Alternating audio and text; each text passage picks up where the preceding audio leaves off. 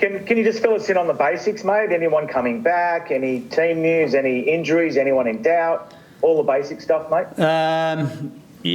Similar squad to last week. 2 weeks ago, Ollie Russell is probably the major one. Obviously, got called back to Wakefield, so that's the big loss, if you like. And whole KR obviously was sailing a month ago, and they seem to have hit a few rocky moments. What have you made of their sort of last month? Do you see any sort of lasting vulnerabilities there? Not a lot, to be honest. You look at the squad and look at the team. The 21-man squad's fantastic. They've been in great form. Everybody's, it's been well documented about the journey they've been on for 2-3 years now. So, they're a good team. We've got a good team coming to Salford tomorrow night, and we'll certainly be challenged. And anyone doing a press conference this week is going to get asked about events on Monday. The decision to take Super League to 14 teams, all that sort of stuff. What are your thoughts on those decisions? If we're in Super League, then I'm all for playing more varieties and different teams in different places. So, I guess with any business decision, the devil's in the detail, so to speak. So, without being sat in the meeting and knowing the facts, the figures, and the detailed information that they've based the decisions upon, then I'll abstain from having too strong an opinion on it. Other than that as a fan, then it's obviously more interesting to have more teams. Your club has been reported to have voted in favour. Do you have any discussions with the club about before or after about the way they vote? No. Right. Okay. That's about it from me. Cheers. Thanks, Steve. Hi, Paul. It's Sam from Betfred Super League. How was your week off? It was okay, thanks. The players well rested. They get a chance to break away from the rugby. Yeah, they all had some time off, so I'm sure most of them went on little holidays, etc., or spent some time with the family, kids, etc. You mentioned there that Ollie Russell's now left the club. Are you a bit disappointed that you couldn't have kept him for a bit longer, given that Wakefield didn't play him last week? I'm not disappointed at Wakefield. Wakefield have been extremely good with us, giving him to us in the first place. Ollie was fantastic as well.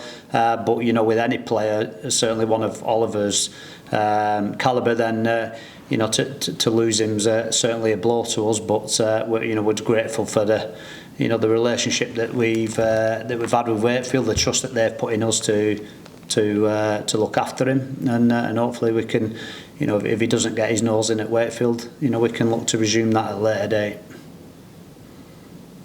And I believe it's just been announced that Harvey Wilson's joining Catalan for next year. Can you just tell us your thoughts on that and kind of why he's decided to leave?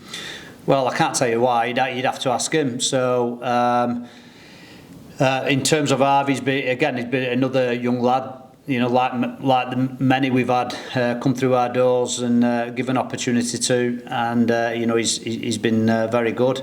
And we wish him nothing but the best of luck going forward. So nothing really more to say about that one. I've nothing other than positives to say about Harvey. He's a good lad, and like I said, we wish him all the best. And just final one from me on Magic Weekend. There's rumours that is either going to be scrapped or turned into a nines tournament. I know Derek Beaumont has been vocal this week on introducing a nines tournament. Have you got any thoughts on that and whether that would be a good idea? No, I've not seen those rumours, so probably need a little bit more time to digest and formulate an opinion. But other than that, no immediate opinion on it. Perfect, Paul. Thank you. Cheers, mate. Yeah.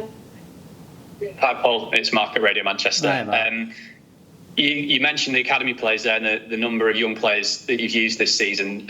Super League's overseas player allowance is going to go up to 10. What do you think that will mean for opportunities for academy players?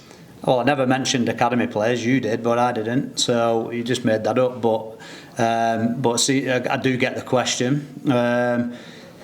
I actually don't see too much of a problem. I think it makes it tougher, and I don't think making it tough is a bad thing. I think everybody's standards needs to raise right through our pathways, and and then to get to the top, everybody needs to be that little bit better. So I think time will tell whether it improves standards and the benchmarking becomes a little bit higher, etc. So again, time will tell. In terms of growing the sport, growing the game, I know you're very close to it at the moment, but do you think a bigger competition ultimately is better? Do you mean a 14-team competition? Yeah. Again, like I said previously, I got asked that earlier, obviously, and my opinion's what I said earlier.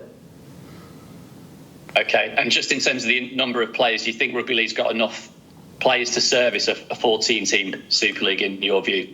So it's certainly got enough rugby players in the world.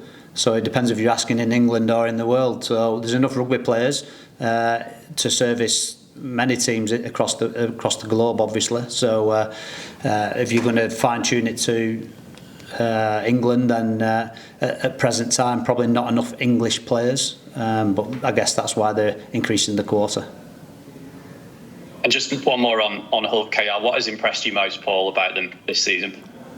I just think they're a polished outfit from top to bottom. They're a team that like to get people in the grind, and they play tough, and they value defence first and foremost. And I think Willie Peter's done a fantastic job along with his assistant coaches. And I think as a club on the whole, they've been great. They've grew on and off the field in equal measures. So I can't speak highly enough of them. Really, they've been a good benchmark for any aspiring team, and especially.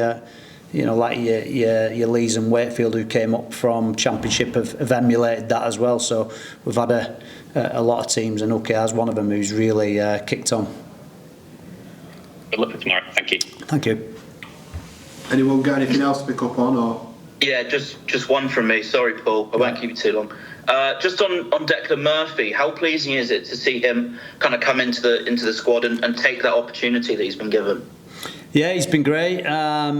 It's always pleasing, when a young lad, or when we take a gamble, so to speak, as a club or as a coaching staff. Educated risk, call it what you will, but still, it's a risk that probably others weren't prepared to take, and whether that be circumstance or not, I'd like to think that history says that we are not afraid to take risks with players and give opportunities, and Declan fits into that category.